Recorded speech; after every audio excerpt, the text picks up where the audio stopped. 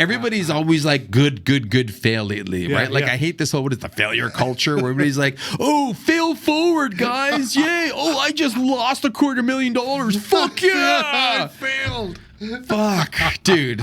Like, again, I'm so sick and tired of that. While I do agree that, you need to fail in order to learn, right. I think what I've always neglected saying, which I think she beautifully put here, is it's okay to sometimes fail. Yes. Right? You're listening to The Angry Designer, where we cut through the industry bull to help frustrated graphic designers survive and thrive. All right. Well, Sean, what's going on, buddy? Hey, How you doing? Not a whole lot. How you doing? End of week. We somehow managed to get this. Was a busy one. It was crazy, right? Yeah, it's always felt really crazy. good. Felt really good. Yep. I was doing a ton of work this week, and a ton of work I was using. Chat GPT was Chat? aiding. Yeah, all right. Good old Chat was. I'm looking forward to our talk on Chat. It was right, and I know that we had promised everybody last week that we were going to continue on this week with part 2 and go on about Chat. But in all of my discoveries and researching and using, I came across a great little gold nugget that I was like, shit, you know what? Let's change it. Let's talk about this first, and we'll just push Chat off till next week. So, sorry, everybody. But kind of feel like we hooked them, and then we just bailed on them. But what if AI isn't here next week, boss? Yeah, right. Good point, Sean. We'll just take our chances with this one. No, as valuable as Chat is to everything that we do, and trust me, I've got lots of stuff to share next week. Yes. I came across this manifesto. Okay, a manifesto by the one and only Miss Jessica Walsh. Oh, okay, and her manifesto was 10 rules for great branding and design.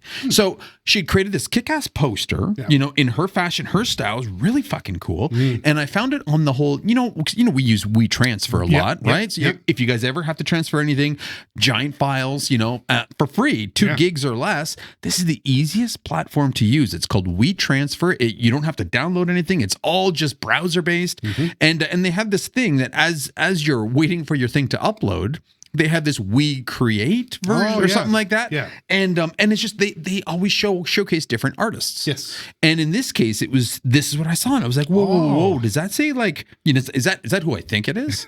and so I was like, wow, I downloaded, I went to the page, and I was like, wow, this we can talk about. Yeah. This is actually pretty cool. And I think and afterwards, I'll tell you guys where to find it, or maybe we'll even drop it on in our Instagram post or whatever, and then you guys can download it for yourself because it's pretty damn cool. But check this out. Like this is beautiful. A really cool piece. It's got this whole 70s vibe with the fonts. It's just beautifully done. The colors are brilliant. And then it's got this whole like what looks like it's handwritten all the way around it. And I think it's fantastic. It's great. And there's some serious nuggets there. I think so. Really, really good. 10 amazing tips. And 10 amazing tips that I think we're going to talk about. Well, that's what we're going to do. We're going to discuss this manifesto shortly after this. So that's why I was like, you know what? This was just new and exciting. And not that AI isn't new as exciting, but this was like a little treasure find. Yes, exactly. And you're just like, whoa, I want to jump on this.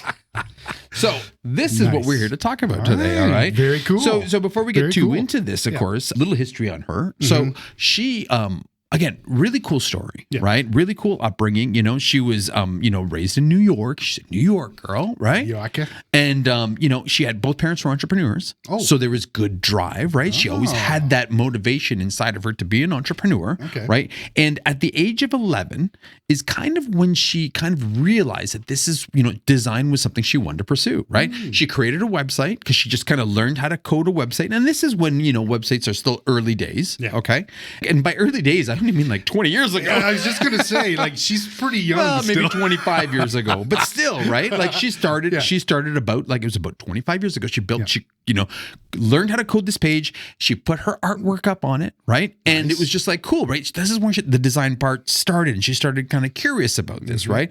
But the big twist or the big aha moment was she then put Google ads on her webpage, right? And again, this is early days web. So, I mean, traffic was, there wasn't that many websites to go to, right? And again, she was still really, really young and really early, but she was seeing a little trickle of money come in. And that was like the big aha moment, right? That's the business section of She was like, shit, I can actually do this for a living and make money out of it. And that is probably, I mean, that motivates how many of us, right? I mean, I loved that. To me, this was like, I'm being paid to draw pictures. I know, it's crazy. Like right? Getting to that point where you're just like, oh, this is great. I can get paid for this. And I love doing this. I know, right? What's going on here? Pinch me, I'm dreaming. So needless to say, this is what fueled her from 11 till when she started college, right? It's so young to do that, too. I know, right? So she was, that was very, very, very young. So she ended up going to school to the Rhode Island School of Design, and where she actually got a degree in graphic design. Nice. Okay, we won't hold that against her, of course, but I mean, she was a schooled graphic designer, but obviously that's just kind of like what lit the fire that kept on going, right? That kept burning. And the crazy part is, early days. Okay, so obviously, right, we've seen what graduates out of school look like. Okay, and they vary. Some are good, some are great, some are just like, wow, guys, did you really want to do this for a living? Because I'm not seeing it. She must have been in that like great plus category because early days for her look like a stint at Pentagram working under Paula Shure. Okay. So again, right off the bat, it was just like, that's where people want to end their career after 20 years. She started there? She had an early in her career, she worked at Pentagram. So it was shortly after that, right? And then from there, she went over to print magazine for a little bit. Oh, cool. Right? And then she ended up joining Sagmeister Inc., okay. Nice. And the funny story there was she actually sent in her portfolio, right? Just for a portfolio review, right? And she's like, oh, he's never going to look at it, whatever, right? And she wasn't even thinking they were hiring because they weren't, right? Because it was just Sagmeister, Steven Sagmeister, right? Yeah. And so she sent it in, right? And sure enough, he's like, hey, come on in. She comes on in, right? She's thinking she's coming in for a portfolio review. And he's like, when do you want to start? She's like, start what? Right? And so literally the dude was so impressed with her early stuff that he hired her, right? To work in. And the thing is, her role wasn't clear initially.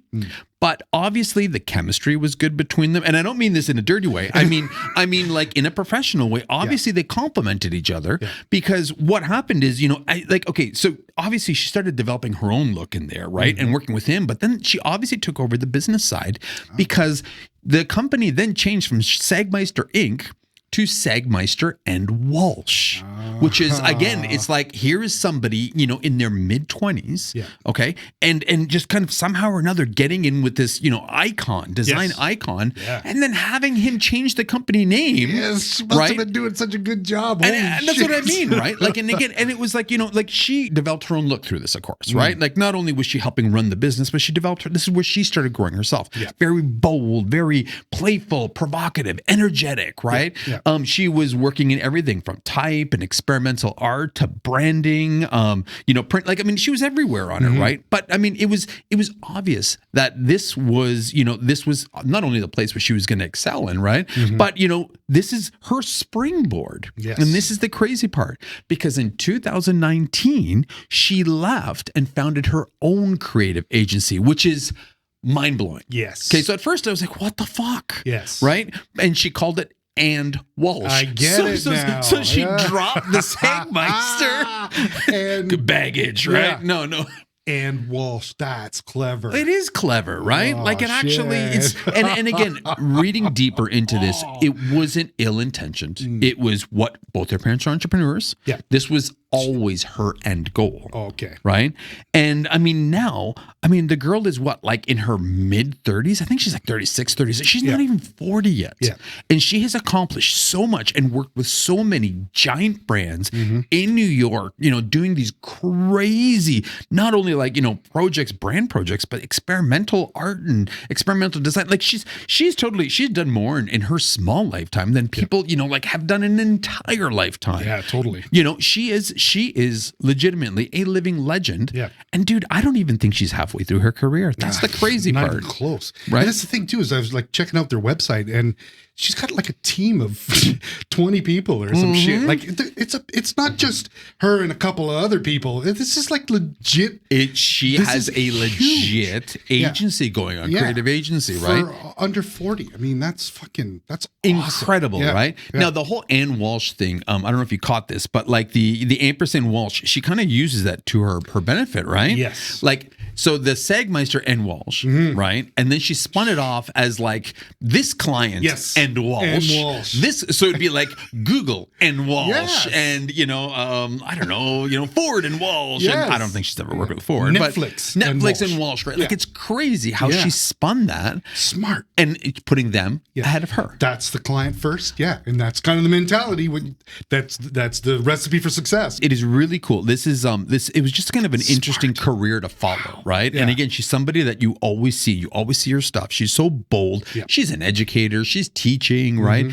And again, she's well on her way. She's beyond well on her way. She's leading this space. And again, and this has nothing to do even with the whole leading this space for a woman, because she is leading more than anybody I know, right? Like it's not only at that age, but like even in reality, even the people that I know, even our celebrity designers that we deal with on a regular basis, dude, she's like she rocks. Yes, plain and simple. And I'm not dissing anybody by any means. But I mean, she is just someone to contend with. So good on her. So that's why I wanted to jump on this, because I thought this was cool. But what I did is I kind of broke down everything I learned, everything I read, everything I knew about her, right? Into like kind of like what I would call Jessica Walsh's design style and philosophies. Okay. So I've just got like 6 different things here before we get into this manifesto, right? Cool. Okay. So, if we had to break down her design style and philosophies, okay, bold. Bold is huge. She is so fucking bold, right? We're talking colors. Yes. We're talking shapes.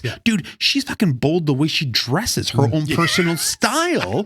Like those bangs are just like, she owns bangs like that, right? Yes. But even the bright colors, like that has become her brand, right? She's known for her use of bold type, bold colors, bold shapes, and she does this, even in her fashion and her artwork, right? So 100% bold. Awesome. Tells it how it is. Ooh. Okay. And that's kind of goes back with the whole bold thing. Her design style isn't just about being pictures, but it's like storytelling, but with guts, right? She's not scared to hold back. She says how it is. She makes it real. And again, the whole thing is she wants you to feel the brand's vibe, right? And she's not going to be doing that by trying to be a little, like timid or trying to be too, kitschy or clever. She's like, no, bold. This is how it is, right? Tells it how it is. So those two work really well together. Very well. She is big on causes and making a difference. So design with a cause is kind of what I have here, right? Nice. So she's not about just things making it look pretty, but she wants to do things that make a difference. Right.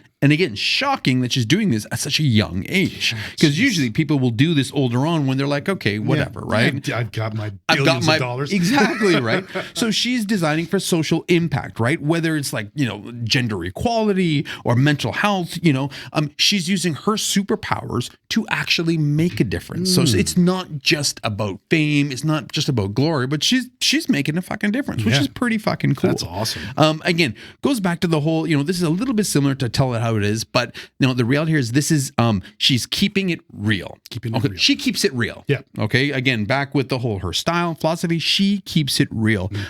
Her stuff is very distinct. It's got her style all over it. It's like it's got her brand, her fingerprint on everything that she does, right? She's not trying to copy anybody else. She's not trying to be like anybody else. She's just kind of following her own path, and she's a big believer in creating your own style, right? And we've gone on in the past about the importance for designers to have their own look and style. Oh, big time. Be authentic, right? She's just not riding the trains to Blandville.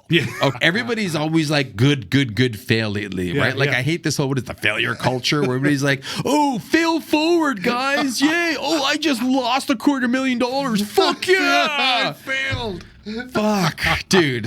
Like, again, I'm so sick and tired of that. While I do agree that, you need to fail in order to learn. Right. I think what I've always neglected saying, which I think she beautifully put here, is it's okay to sometimes fail. Yes. Right? And getting back, you're not pushing yourself to try for anything new. Right? So she's a big advocate for taking risks, experimentation, right? Trying stuff at the right place and at the right time, which she will talk about in the manifesto. But big thing is I love the whole dare to suck. Dare to suck. So basically she's saying, don't be afraid of something coming out not the way you expected. Fuck yeah, it's right? just a stepping stone on to the next. And you know what, her manifesto says it even better. She takes it a step further, which I love, which we will talk about. Okay. I think is really cool. But the whole idea about don't always play it safe. Yeah. Because if you always play it safe, you're never going to learn. You're never going to be, you're never going ahead. You're going to move ahead. And then last but not least, philosophy-wise, she approaches branding like a good book. Okay. And so it's not just about logos. She creates these full-blown narratives, these whole stories, right? She's focused on building strong story-driven identities that, that are obviously visually cohesive across, from cover to cover, right? So she kind of weaves this whole tale, she kind of like builds this whole story that, from the beginning to end, you can see the whole, you kind of get a whole story in there. Yeah. We're going to get into this design manifesto. And like I said, there's nothing here that's crazy earth-shattering. Right. But I think what's amazing here is, although we've heard a lot of these points in one way or another, the fact that she has chosen these 10 rules, right, for great branding and design as her manifesto, someone with, what her experience and what she's done, I think is fucking amazing. Yes. Okay? Yeah. So I'm going to talk about the title, the sentence that she's written afterwards, or the description, and then we will converse about these. And we will discuss. All right? So number 1, if you want to innovate, find your why. And I think that's fucking brilliant. But before I tell you why I think it's brilliant, let me read the rest of it. Okay. Many of the best ideas start with the question, why? Why are things, or what are the things that you aren't happy with in the world that could be improved? Create a list of all these whys and ask yourself, what could you do to fix these problems? So, again, this whole why idea is like huge. And this is kind of what, springboarded companies like Apple. Right. Yeah. Think about the why, not the what. Yes. Okay. Simon Sinek has talked about this. Find your why. But I think this is the important thing. People need to start asking more why. Why are things like this? Right. I remember as a kid, I used to always ask, but why? But why? And I remember a teacher telling me, stop asking why. It's just the way it is. And it's like a horrible thing to tell someone. That's the worst. Because the why is the reason why you're doing this. This is the root of the problem, is you need to ask the why. Right.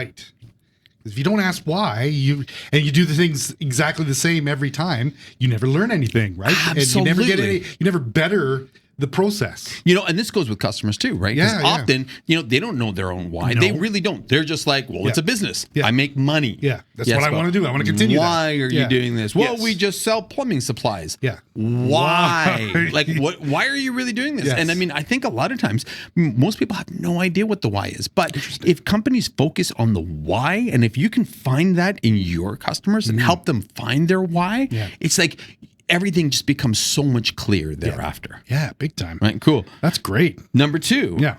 Passion and persistence are key.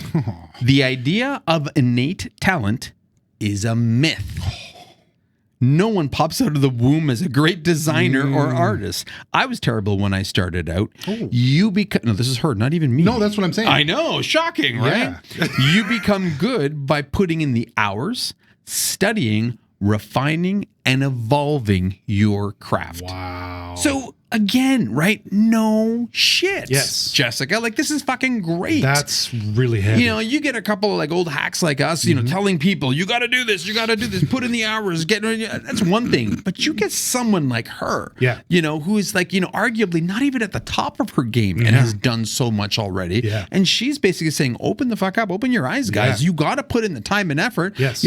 So people are too fucking scared to do this these days. I find everybody's looking for the easy way out. Yes. And they're the ones that burn out after a while. Will take a side gig that completely sends them into another direction. I don't know, dude. Yeah, you're absolutely right. Everybody's kind of looking for that shortcut to success. And there really isn't. And how many times do we talk about the journey being the best part The best part of this. of what we're doing? Like, it's been a rough road sometimes, but the journey I wouldn't is trade the most- for anything. Exactly, You know what I right? mean? And I think that's great. And That's- again, passion, The passion. behind what you do. I Yes. mean, it's that extra effort you put into everything. So the Yes. fact that she even has passion and persistence, Yeah. brilliant. Yeah. Right? So that's number 2. that's awesome. No, I know, right? Already. Number 3, branding should not be trendy. Duh. Again, man, do I love this woman. Finally. If you make your brand look like what everybody else is doing, it's going to be hard to stand out, be memorable, or gain recognition. Great branding is ownable and distinct. So again, you will never see her follow this blanding trend. Nope. And I'm still shocked at the companies that are following this. Yeah. But again, that's why I can't stand logo trends for 2024, brand trends. Like those two words just don't- never go together. And I mean, this is just wrong. proof. Like, I mean, again, fucking mind blowing. Yeah, that's awesome. Holy smokes. We've always been a proponent of not following any kind of trends. And absolutely, she has not followed any trends because her stuff is unique. Right. Absolutely. It's right. classic. You know what I mean? Like good. it's timeless. And again, same thing. Okay. And she has created some pretty bold, some pretty controversial campaign Crazy stuff. Yes. Okay. Yes. But she's not going to make a brand that she's working behind look like it's going to outdate itself in 3 years. Exactly. Right. And again, it's a matter, it's not saying that you And- can't and- jump on trends. Yeah.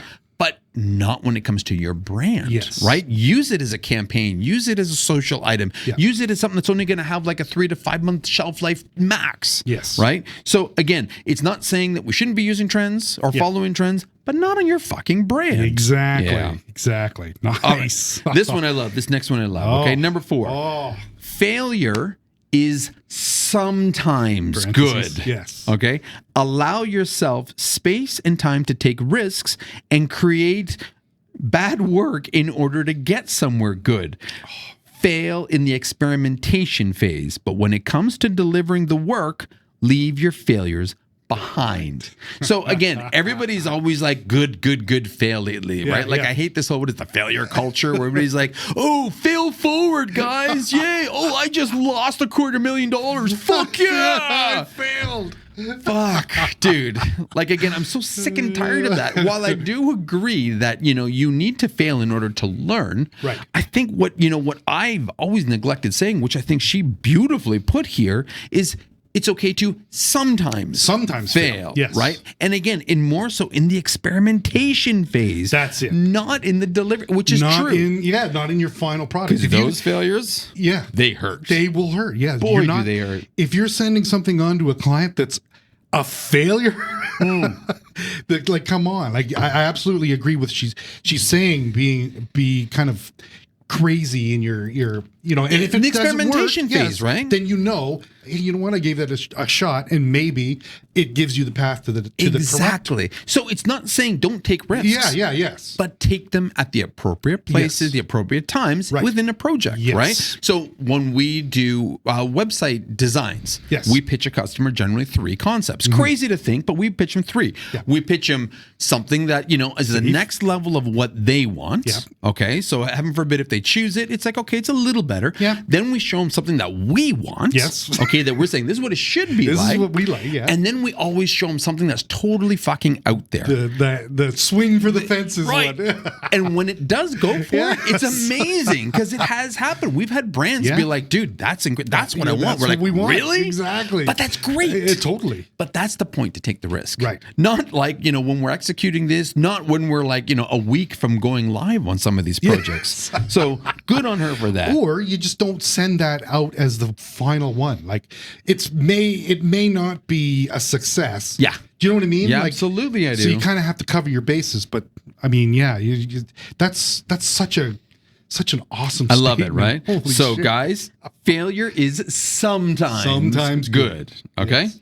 All right, number 5. Fake it till you make it.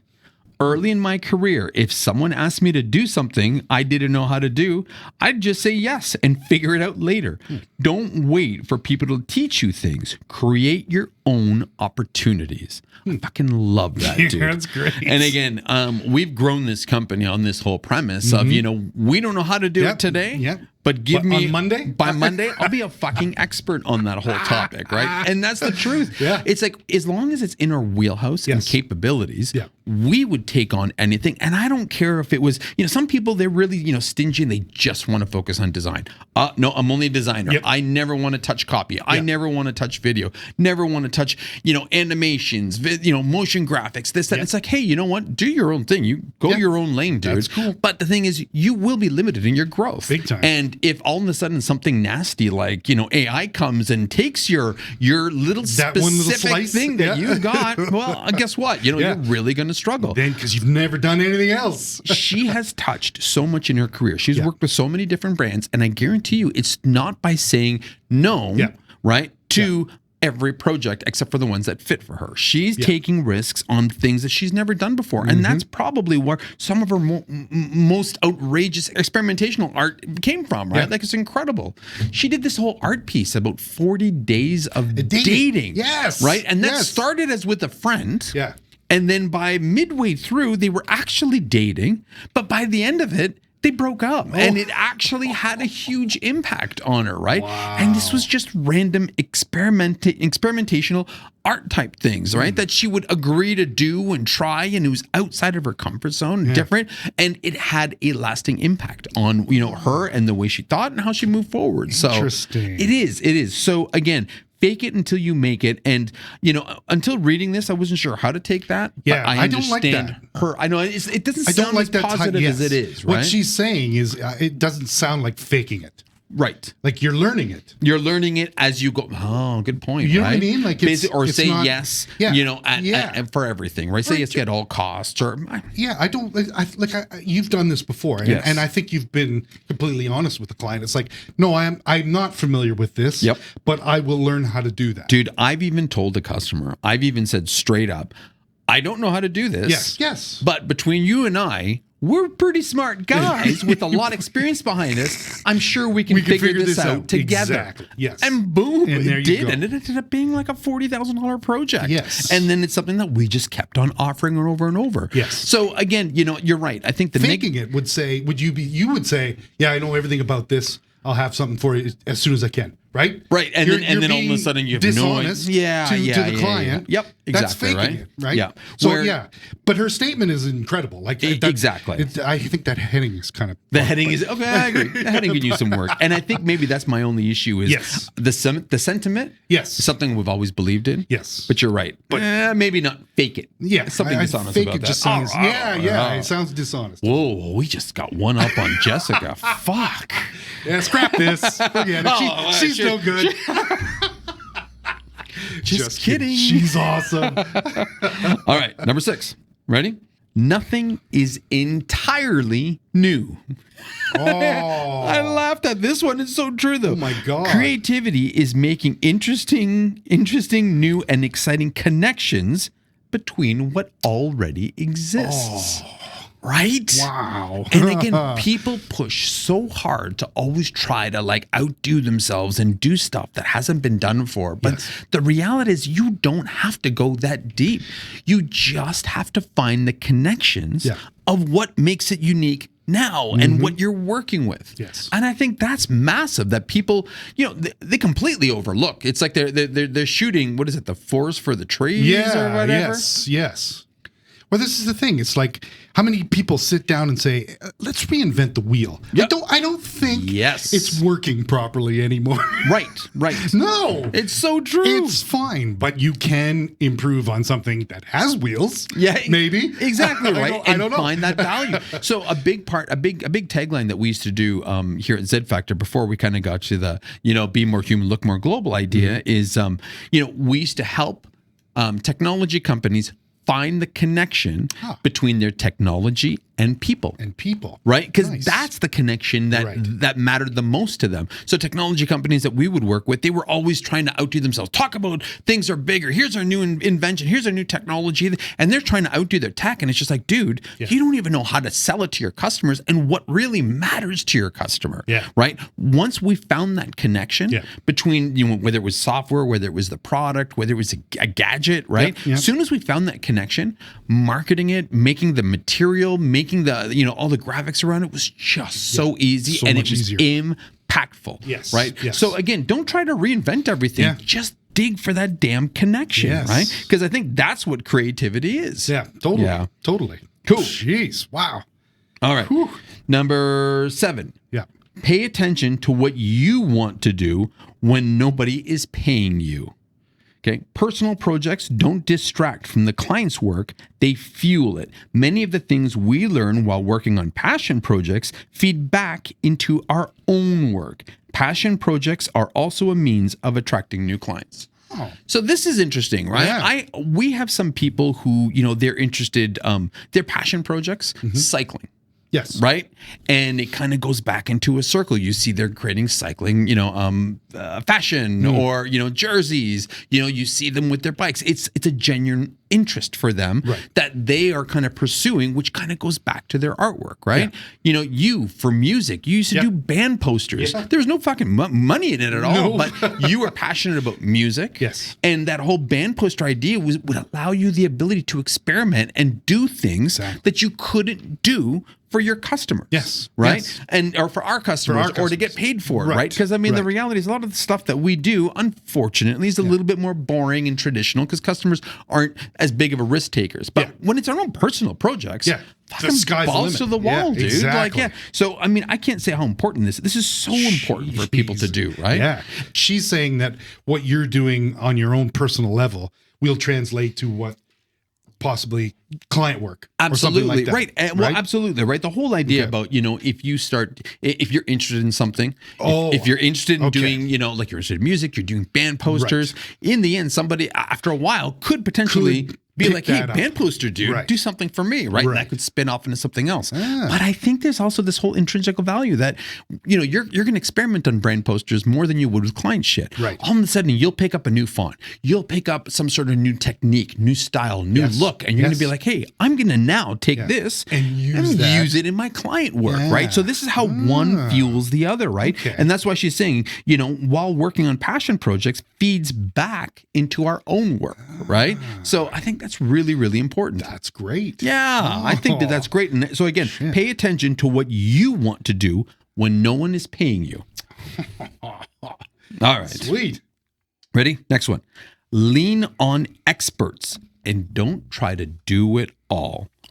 While I like to learn and try to do it all myself, I can't be an expert at everything. Sometimes it's better to realize your strengths and dedicate your time to those. Hire or collaborate with people who are experts at their craft. Wow. I think so many of us, I can't say us, but so many designers have got such a huge fucking ego that they want to do it all themselves and they don't want to. They refuse to collaborate, right?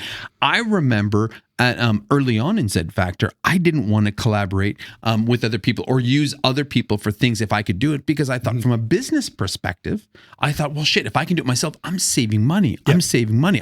Why am I going to pay this guy $1,000 if I could do it myself and keep that $1,000? What I learned probably, a third of the way into Z Factor is that, it's actually, it costs me more. You're paying more for I'm your paying time. more for my time. It's so much easier to pay somebody else $1,000, $1,500, $200, take that off my plate. They do it in a third of the time. They do it in a third of the time. Expert. I'm building it into my process. I'm building it into my costs, right? And again, that was probably one of the bigger changing moments in my whole career of Z Factor, right? So I think people need to be more open to reaching out to other people, whether it's designers, illustrators, use people online, use people in your network, and get help from people that do specialize and are experts in areas, right? Yes. I mean, again, how many copywriters have we used? How many, like for a long time, we had front-end developers, we had back-end developers. I mean, until we started growing our own team and our own capabilities, dude, we started using everybody, built that into our costs, and man, we were able to turn stuff out and focus on what we did best, which was, the ideate, the brand design, finding those connections between technology and customers. This is where we excelled, and it really did change our game. Totally. Absolutely. Yeah. Okay, two more, guys. Two more. Wow. Okay, so 10 rules for great branding and design, a manifesto by Jessica Walsh. Okay, number 8, creativity thrives off of constraints.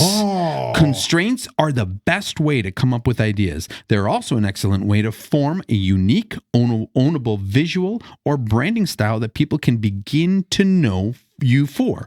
The more unique the constraints are, the more distinct the style will be. Wow. Right? So how many times have we, mentioned to people, you think inside the box? You think inside the box. Right? Yes. Like, I mean, the classic saying is think outside the box, think outside the box, but that is not realistic. It's not. It's not. Yeah. Right? That's probably the worst thing you can tell a creative person is, you know what? Hey, whatever you want, sky's the limit. You do that. You're the creative one, right? It's like, no. We need to work within the brief. We need to understand, there are limits. And I think that's where true creativity comes from. Yeah. Right? The more constraints you have about a brand, about a project, the harder it is to come to that creative solution. But that's what makes a better creative solution. That's where true creativity comes from. Totally. Yeah, absolutely. Because if I gave you a blank page and said, draw whatever. Yeah. You'd be like, I don't know what I'm going to draw. But if I told you to draw Batman sitting crouched on a, on a perch or something, something like that, there you go. I'm shooting something, right? You have your idea already set out. Yep. Now you just have to execute. It's true. True creativity thrives off of constraints. And I understand what she means by this. And it's, a manifesto, a rule, or it's just the brilliance. But the reality is the more we're limited, the more of a creative solution we have to come up with. And I mean, the reality is you have to think about a customer's brand, their product, what their product does, their customers. There are going to be a whole bunch of things that you've got to work within, right? So again, think within the brief, right? So think outside the box, but within the brief. Within the brief. Oh, there you go. Okay. I smell a new t-shirt coming out. All right. And last but not least, okay, good design is both beautiful and functional. Oh, fucking love that. There we go. Okay, good design can be used to inform, inspire, delight, sell products, tell a story, make complex topics easy to understand, make experiences simpler, reduce waste, or drive attention to a cause. Good design is successful at what it's trying to communicate. See, and I mean, again, this is, good design solves a problem, right? And Big again, time. It's not just about how good it looks, right? Yes. I think the beauty in it is when you actually solve a problem through design, right? And I think that's where she's going for here is it's not only beautiful aesthetically, but it's even more beautiful when it actually works. Yes. And that's exactly it. This is something that I think, all designers lose sight of after a while. They push to make things look great. It has to look good. But the reality is it doesn't mean anything if it's not functional. Yes. It doesn't mean anything if it doesn't solve the customer's problem. Yes. Yeah, that's absolutely true. That's really good. It's a good way to finish it off, right? And that's for number 10, of course. So again, I think these 10 rules are brilliant and brilliant in the sense of, I think all of us have heard these in one form or another.